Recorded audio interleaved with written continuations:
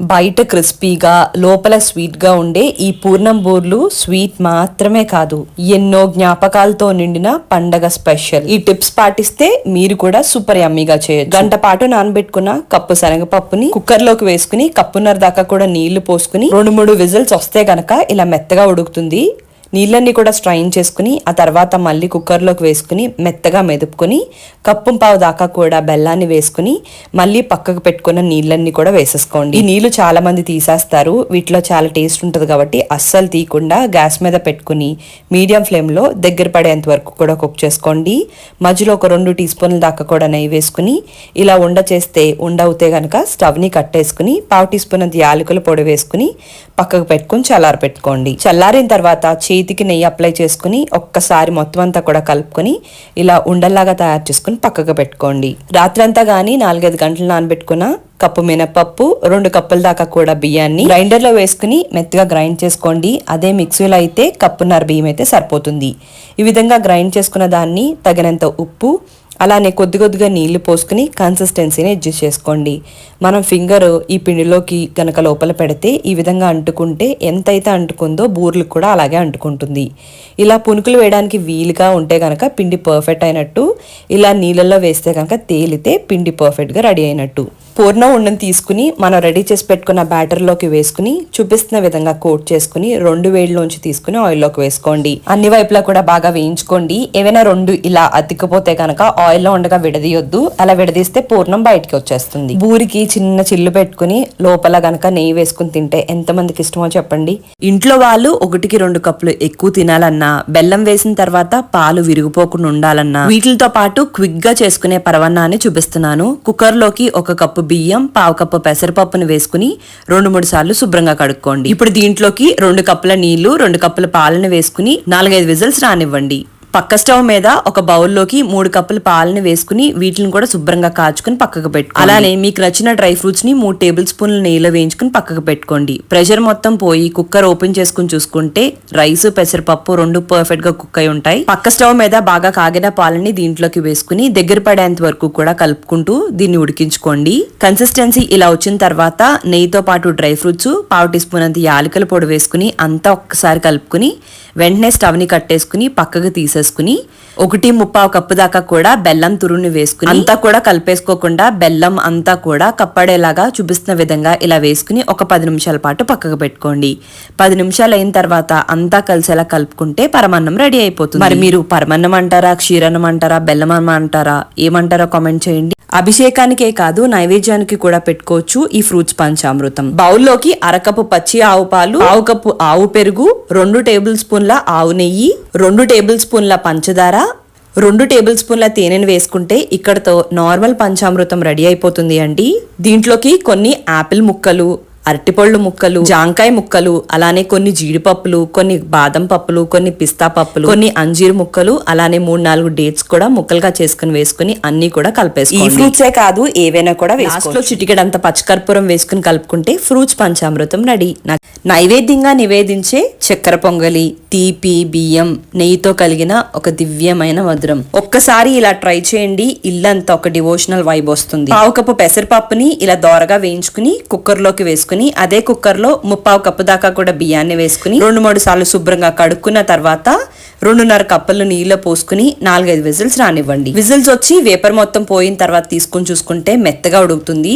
దీన్ని కొద్దిగా గరిటెతో మెత్తగా మెదుపుకోండి. అంటే ఈ విధంగా మెదుపుకుని పక్కకు పెట్టుకున్న తర్వాత కడాయిలోకి 2 టేబుల్ స్పూన్ల నెయ్యి వేసుకుని ఎండు కొబ్బరి ముక్కలు చిన్నగా కట్ చేసుకుని దీంట్లోకి వేసుకుని సగం వరకు వేగిన తర్వాత డ్రై ఫ్రూట్స్ని వేసుకుని బాగా వేయించుకోండి. ఇవి కూడా పక్కకు తీసుకుని అదే కడాయిలోకి 1/2 కప్పు దాకా కూడా బెల్లం, 1/2 కప్పు దాకా కూడా పంచదార, 1/2 కప్పు నీళ్ళని పోసుకుని ఈ బెల్లం పంచదార కరిగిన తర్వాత వడపోసుకుని ఇలా ఒక్కు పొంగు రాగానే మనం ముందుగా ఉడికించి పెట్టుకున్న రైసు, పెసరపప్పు అంతా కూడా వేసుకుని అంతా కూడా కలిసేలాగా బాగా కలుపుకుని మధ్య మధ్యలో కలుపుకుంటూ ఇది ఈ కన్సిస్టెన్సీ వచ్చేంత వరకు ఉడికించుకోండి. ఈ కన్సిస్టెన్సీ రాగానే స్టవ్ని కట్టేయండి, ఎందుకంటే చల్లారిన తర్వాత ఇంకాస్త గట్టిగా అవుతుంది. వెంటనే దీంట్లోకి వేయించి పెట్టుకున్న డ్రై ఫ్రూట్స్, ఎండు కొబ్బరి, 1/2 టీ స్పూన్ యాలకుల పొడి, చిటికెడ పచ్చకర్పూరం వేసుకుని ఒక్కసారి అంతా కలిసేలా కలుపుకోండి. పచ్చకర్పూరం కంపల్సరీ అండి, దీనివల్ల మంచి టేస్ట్ అండ్ అరోమా వస్తుంది. దీంట్లోకి లాస్ట్లో కొద్దిగా నెయ్యి వేసుకుని ఒక్కసారి కలుపుకొని సర్వ్ చేసి పెట్టుకుంటే చక్కెర పొంగలి రెడీ. అసలైన తెలుగింటి ఆవ పెట్టిన పులిహోర.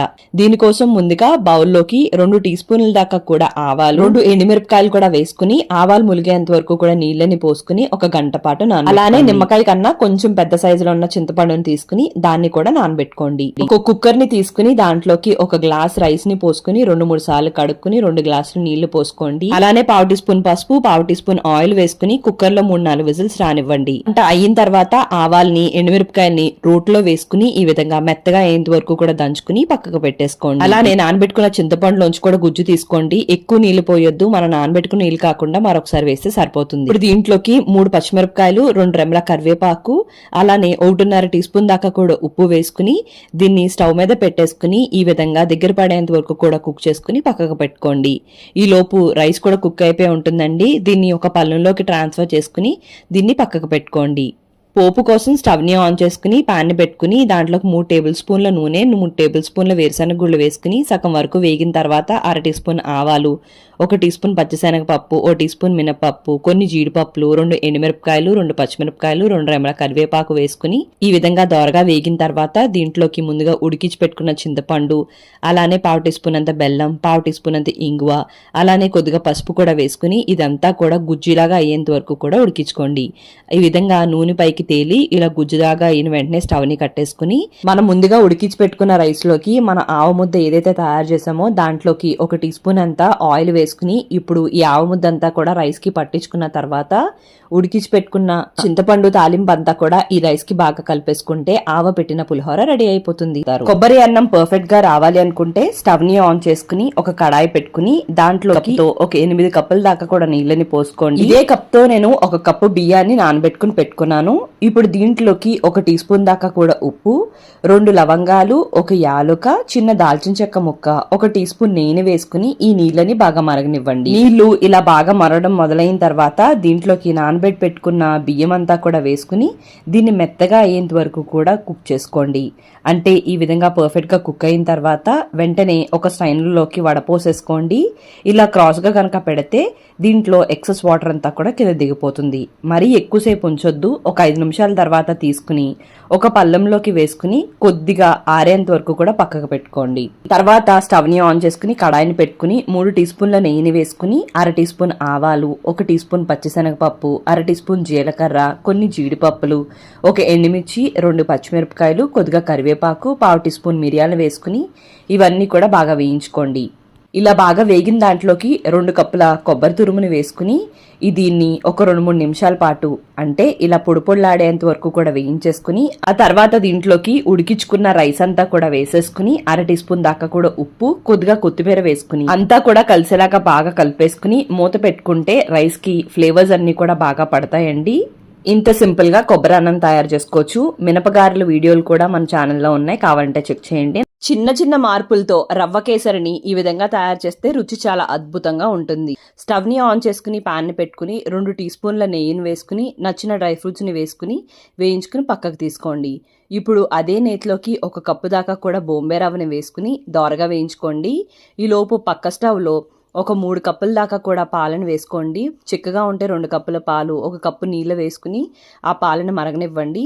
పాలు మరిగి అలానే రవ్వ ఈ విధంగా రంగు మారిన తర్వాత పాలని ఈ ప్యాన్లోకి వేసుకుని ఒక్కసారి అంతా కూడా కలిసేలా కలుపుకుని మూత పెట్టుకుని ఈ విధంగా దగ్గరికి అయ్యేంత వరకు కూడా ఉడికించుకోండి.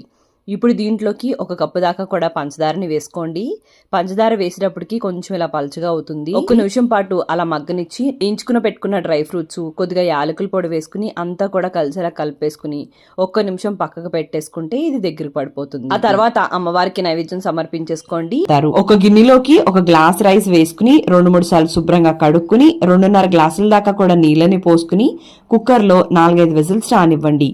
రైసు మెత్తగా ఉడికిపోయిన తర్వాత కొద్దిగా మెదుపుకుని 1 గ్లాసు బాగా కాచుకున్న పాలని వేడిగా ఉండగానే దీంట్లోకి వేసుకుని అంతా కూడా కలిసేలా కలుపుకుని దీన్ని చల్లారేంత వరకు కూడా పక్కకు పెట్టేసుకోండి. స్టవ్ ని ఆన్ చేసుకుని పాన్ ని పెట్టుకుని 1 టీ స్పూన్ నూనె, 1 టీ స్పూన్ నెయ్యిలోకి ఆవాలు, జీలకర్ర, పచ్చిశనగపప్పు, మినప్పప్పు, కొన్ని జీడిపప్పులు, 1/2 టీ స్పూన్ మిరియాలు, 1 ఎండుమిర్చి, 1 పచ్చిమిర్చి, 2-3 రెమ్మల కరివేపాకు, అలానే 1 అంగుళం అల్లాన్ని ఇలా చిన్నగా కట్ చేసుకుని వేసుకుని ఈ పోపు అంతా కూడా బాగా వేయించుకుని పూర్తిగా చల్లారపెట్టుకోండి. ఒక బౌల్లోకి 3 కప్పుల దాకా కూడా పెరుగు, తగినంత ఉప్పు వేసుకుని ఎక్కడా కూడా ఉండలు లేకుండా కలుపుకుని పక్కకు పెట్టుకోండి. ఈ రైస్ పూర్తిగా చల్లారిన తర్వాత చల్లార పెట్టుకున్న తాలింపు, అలానే పెరుగు ఉప్పు కలిపిన మిశ్రమం, కొద్దిగా కొత్తిమీర వేసుకుని అంతా కూడా కలిసేలా కలుపుకుంటే దద్దోజనం రెడీ అయిపోతుంది. గంటలు గడిచినా కూడా సేమియా పాయసం చిక్కబడకుండా ఉండాలన్నా, అమృతం లాంటి రుచి రావాలన్నా ఈ కొలతలు తప్పకుండా ఫాలో అవ్వండి.